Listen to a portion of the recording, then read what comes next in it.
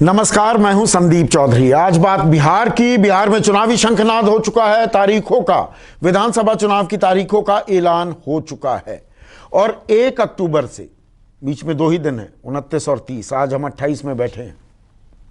2 दिन बाद नामांकन की प्रक्रिया भी शुरू हो जाएगी पहले चरण के मतदान के लिए, जो कि 28 अक्टूबर को होने वाला है। लेकिन, और यह बड़ा लेकिन है, दोनों तरफ गठबंधन है। अभी उसकी शक्लो सूरत पूरी तरह से तय नहीं है। अभी सूरत ही तय नहीं होगी तो सीट पर, कितनी सीटों पर कौन लड़ने वाला है, इस पर भी फैसला नहीं हो पाया है। तो इसी पर हम चर्चा करने वाले हैं। दोनों गठबंधनों की हम चर्चा करेंगे। और सुकेश, पहले जेडीयू और बीजेपी और एलजेपी से शुरुआत करते हैं। 2 दिन बचे हैं, अभी तक सीटों का बंटवारा नहीं हुआ। 2 दल जोड़ दीजिए उसमें और। हाँ, आरएलएसपी भी और हम की पार्टी। अब एनडीए में 3 दल हैं। अभी अलायंस विद इन अलायंस का जो सिस्टम है, इसने और कंफ्यूजन क्रिएट कर दिया है। आप ठीक कह रहे हैं कि पिछले 3, 4, 5 दिनों से आप लगातार यही कह रहे हैं कि शंखनाद हो चुका है। इससे बात आगे बढ़ नहीं पा रही, आगे बढ़ नहीं रही है कि सीटें कितनी, बिहार की जनता ये जानना चाहती है। बड़ी जागरूक जनता है, पॉलिटिकली बहुत अवेयर है। वो जानना चाहेगी कि आखिर कौन कितनी सीटें लड़ रहा है, जेडीयू कितनी लड़ेगी, बीजेपी, छोटा भाई कौन है, एलजेपी की बकत कितनी है। बिल्कुल।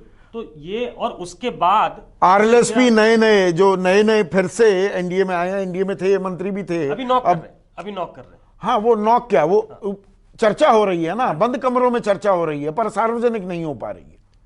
नहीं, मैं ये कह रहा हूं कि पहले तो ये हो, और उसके बाद अब एक कदम और आगे बढ़ेंगे कि कौन सी सीटें लड़ेगी, कौन सी पार्टी लड़ेगी। फिर आप उस पे आएंगे। चलिए, वो इस चर्चा के साइमल्टेनियसली चर्चा हो जाए, लेकिन कौन सा उम्मीदवार लड़ेगा, अभी उस पर भी चर्चा होनी है। तो बड़ी डिलेड है प्रोसेस। ये कोरोना काल में जो चुनाव है, उसमें सब कुछ डिलेड चल रहा है। घोषणा भी देर से हुई, चुनाव 3 चरण में चलिए हो रहा है, लेकिन सब कुछ उलटफेर जैसा हो गया बिल्कुल, कि पता नहीं चल पा रहा है क्या है। अब आज कहा जा रहा है कि एक बैठक है, किसी वक्त होनी चाहिए, क्योंकि आपने ठीक कहा 29 और 30 2 दिन का वक्त बचा है, 1 तारीख से नामांकन शुरू है। तो स्ट्रक्चर्ड बातचीत जो होती है, वो अभी तक, अगर एनडीए को पहले एनडीए का कुंबा ले लेते हैं और जिसमें हम 3 दलों को शामिल कर लेते हैं, हम अभी तक ऑफिशियली एनडीए का पार्टनर नहीं है। वो जेडीयू के कोटे से जेडीयू के साथ है। वो तीनों की बैठक होनी चाहिए, कोई स्ट्रक्चर्ड बैठक नहीं। बीजेपी जेडीयू की हुई है, पर एलजेपी को घास भी नहीं डाल रही जेडीयू। बिल्कुल। तो ये जब तक तीनों दल साथ में बैठ के एक कॉमन मिनिमम ग्राउंड पे न पहुंच जाए, तब तक वो घोषणा नहीं होगी। तो ये तय है कि अब एनडीए का कुनबा जो है वो थोड़ा बढ़ रहा है, रायता फैल रहा है। हाँ, प्रॉब्लम ऑफ प्लेंटी भी है कि वो रायता फैल रहा है। सीटें 243 हैं। ऐसे लोग जो पार्टी में आना चाहते हैं, ऐसे दल जो एनडीए में ज्वाइन करना चाहते हैं, उनकी पॉलिटिकल वक़्त कितनी है, बीजेपी इसको वे करके देख रही है। अब जैसे आरएलएसपी है, वो 2015 में लड़ चुकी है उनके साथ, परफॉर्मेंस बहुत अच्छा नहीं था। 2019 में लड़ चुकी है आरजेडी के साथ, परफॉर्मेंस अच्छा नहीं था। अब 2020 में फिर से एनडीए के साथ जाने की तैयारी है।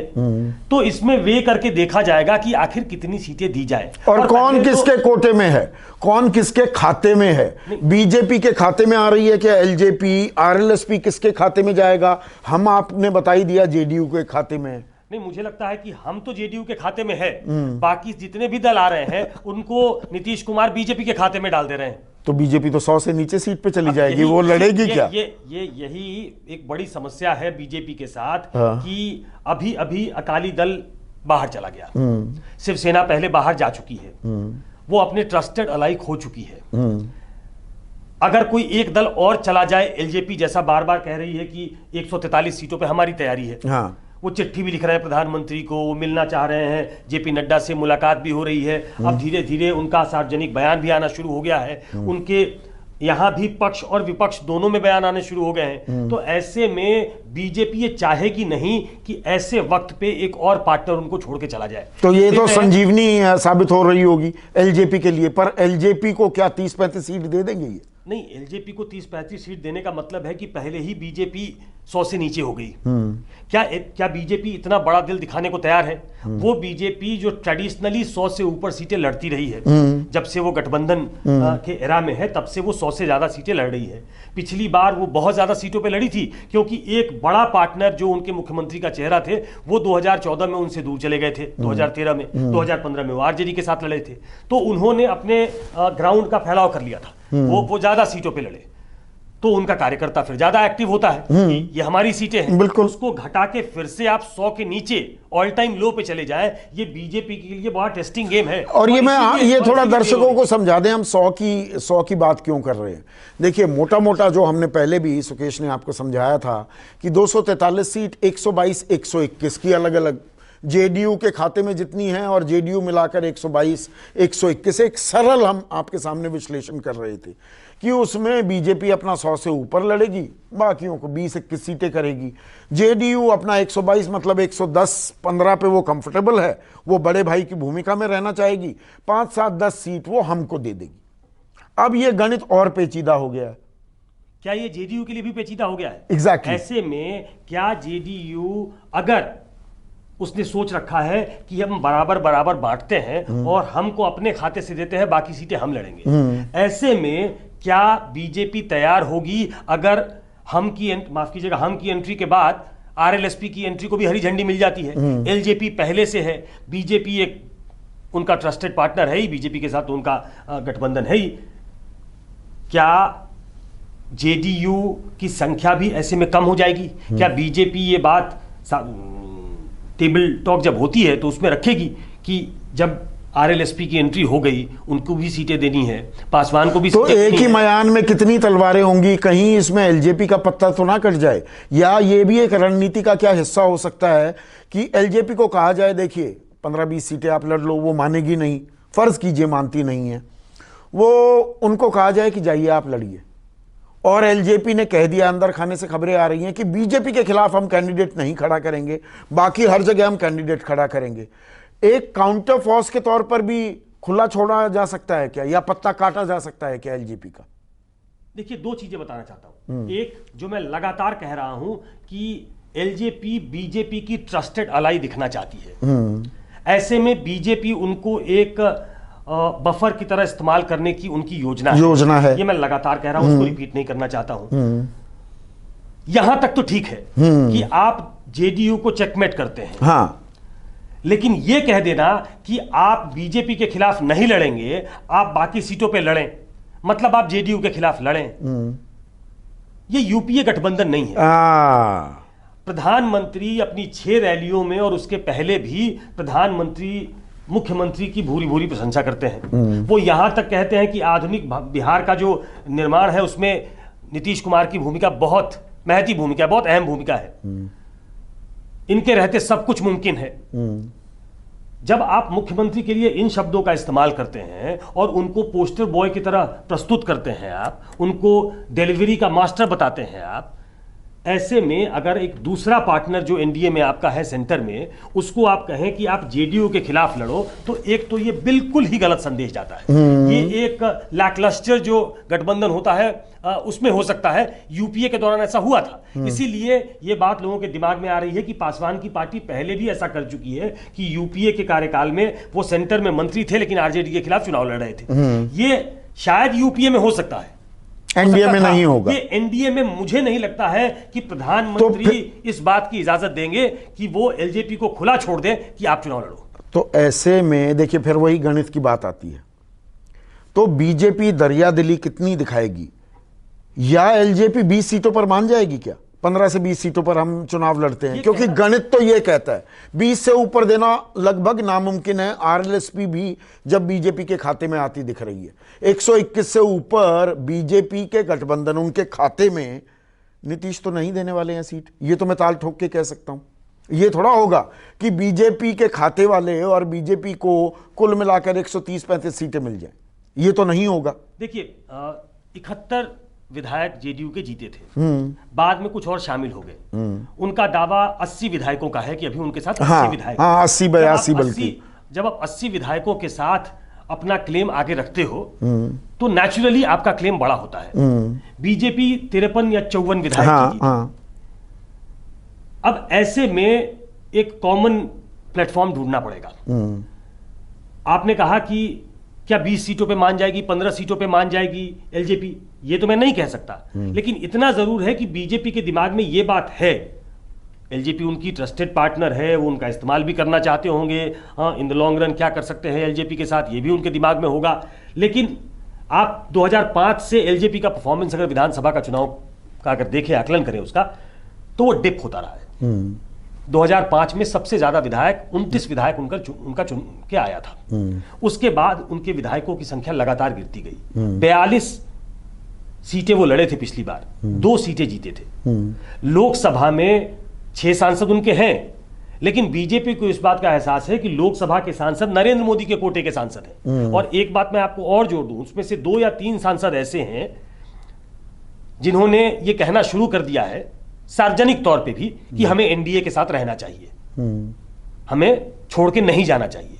तो एक अंदर भी एलजेपी के उठापटक है कि हम क्या करें। पर जो पोस्चरिंग कर दी है, जो पोस्चरिंग कर दी चिराग पासवान ने, हम तो सारी सीट लड़ सकते हैं, बिहारी फर्स्ट, बिहार फर्स्ट, तो वो पोस्चरिंग कहां जाएगी चिराग पासवान की? चिराग पासवान को महसूस कर फिर पीछे बैठना पड़ेगा।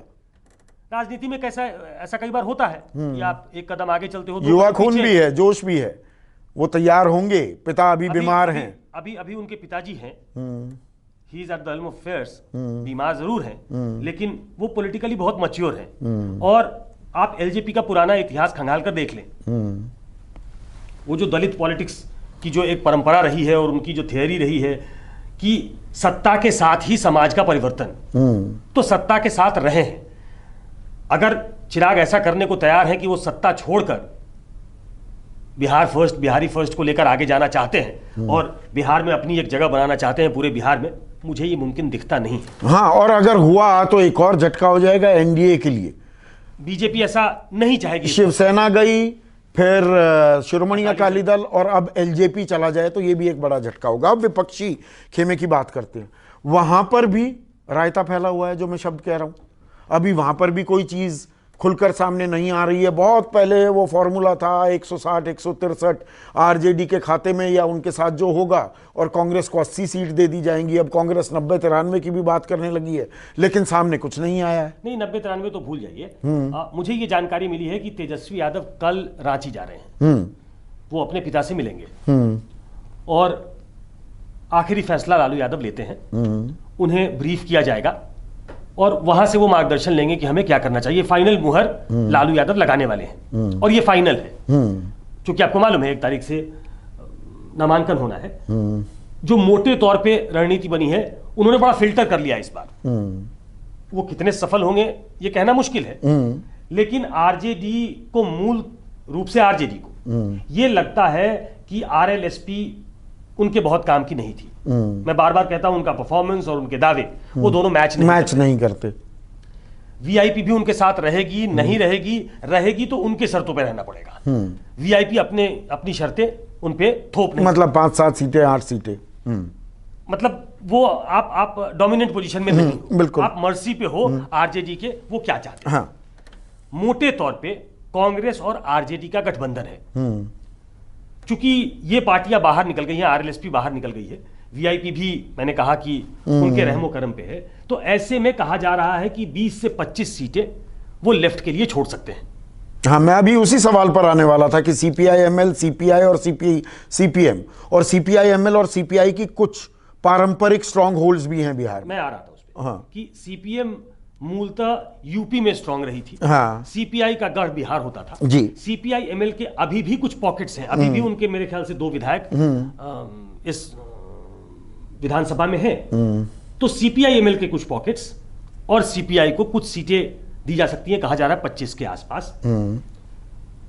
कांग्रेस के लिए कुछ 70 के आसपास, 65 के आसपास कुछ एक फिगर है जो तय किया गया है। उनको कहा 73 गया था, मुझे ऐसी जानकारी मिली, लेकिन लालू यादव 73 से बहुत खुश नहीं थे कि 73 बहुत ज्यादा है। 41 सीटें वो लड़े थे। देखिए, कांग्रेस भी अपना ग्राउंड गेन करना चाहती है।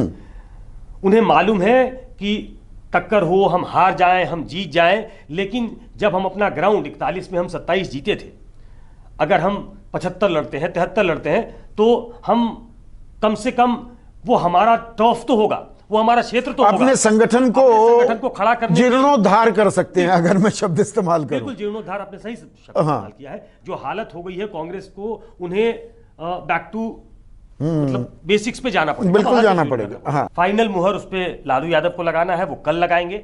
लेकिन मोटे तौर पे ये बातचीत हो चुकी है, क्योंकि कांग्रेस को भी लगता है कि उनका नेचुरल एलाई आरजेडी है, आरजेडी को भी लगता है कि कांग्रेस के पास पिछली बार उनको 6 से 7% वोट मिले थे, तो इनके पास संगठन भी है, कुछ वोट्स भी हैं, हमारे पारंपरिक ये पार्टनर भी हैं, और कभी अगर सेंटर की राजनीति करनी है जिसमें कांग्रेस स्ट्रांग हो, तो आरजेडी और कांग्रेस एक दूसरे के नेचुरल एलाई बनते हैं, इसलिए वहां साथ रहना जरूरी है। तो दोनों एक दूसरे को का टो भी ले रहे हैं, एक दूसरे को वे भी कर रहे हैं, एक दूसरे से ज्यादा झटकने के चक्कर में भी है। लेकिन इतना जरूर है कि आरजेडी 140-45 सीटें खुद लड़ना चाहती है। उसे लगता है कि सीटें बांटने से अच्छा है, 2019 का उनका अनुभव यह बताता है कि सीटें बांटने से अच्छा है कि सीटें खुद लड़िए, जो ट्रस्टेड पार्टनर है उसको दीजिए, जिसके स्ट्रांग होल्ड है उसको दीजिए, ऐसे लोगों को मत दीजिए जिनके एक चंक पे उनका एकाधिकार कहा जाता है। हाँ, तो वो कहे जाने में नहीं जाना है, जिनके पास वोट्स हो उनको दीजिए। ऐसे में आखिरी सवाल, जो ये रमता जोगी भी तो है ना, कई पप्पू यादव हैं, अब वो यशवंत सिन्हा भी ताल ठोक रहे हैं, देवेंद्र यादव हैं, इनकी कोई जगह नहीं। अब तो ये खेमे बन गए, ये अपना करें जो करना है, और इनकी ऐसी कोई पैठ या पहुंच भी नहीं। देखिए, तीसरा मोर्चा वहां बनना बहुत मुश्किल है। उसके लिए मैं बार बार कहता हूं, पूरे देश में हो, प्रदेश में हो, तीसरा मोर्चा तभी बन सकता है जब एक बड़ा ध्रुव उनके साथ जुड़ा हो। मतलब कोई एक ऐसा गठबंधन हो जो बहुत स्ट्रांग हो। ओवैसी और देवेंद्र यादव का गठबंधन हुआ, ओवैसी एक पॉकेट में अपना कुछ इन्फ्लुएंस बनाने की कोशिश कर रहे हैं। उन्होंने अपना फैलाव करने का सोचा, तो उन्होंने देवेंद्र यादव को साथ में लिया कि सीमांचल को आप मिथिलांचल से जोड़ दीजिए, वो झंझारपुर से लड़ते हैं, उस इलाके में उनकी पैठ बताई जाती है, झंझारपुर से 5 बार वो सांसद रहे हैं, यादव जाति से आते हैं, तो वो एक गठबंधन बनाने की कोशिश कोसी, मिथिलांचल और सीमांचल में एक कोशिश है। वो लॉन्ग टर्म खतरा हो सकता है किसी के लिए कि अगर इस बार भी एनडीए जीत जाती है और आरजेडी कांग्रेस उस तरीके से अपनी पेनिट्रेशन नहीं दिखा पाते, तब वोटों में बिखराव हो सकता है कि कोई ऑल्टरनेट क्या काम करेगा। एग्जैक्टली। अगर वो नहीं होता है, फिर चाहे वो यशवंत सिन्हा हो, चाहे वो पप्पू यादव की पार्टी हो, ये सिंबॉलिक है कि हम विरोध में हैं, हम लड़ेंगे, हम अपना विरोध दिखाएंगे चुनाव में, तो वो उनका लोकतांत्रिक जनतांत्रिक अधिकार है, उसके लिए लड़े।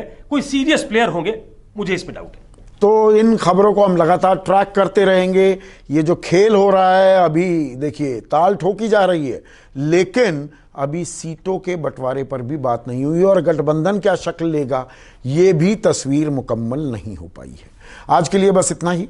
नमस्कार, मैं हूं मानक गुप्ता। अगर आपको हमारा ये वीडियो पसंद आया हो तो इसे लाइक और शेयर जरूर करें, और हां, हमें सब्सक्राइब और फॉलो करना ना भूलें, ताकि आप देश और दुनिया की कोई खबर मिस ना करें। तो जुड़े रहिए हमारे साथ और देखते रहिए News 24।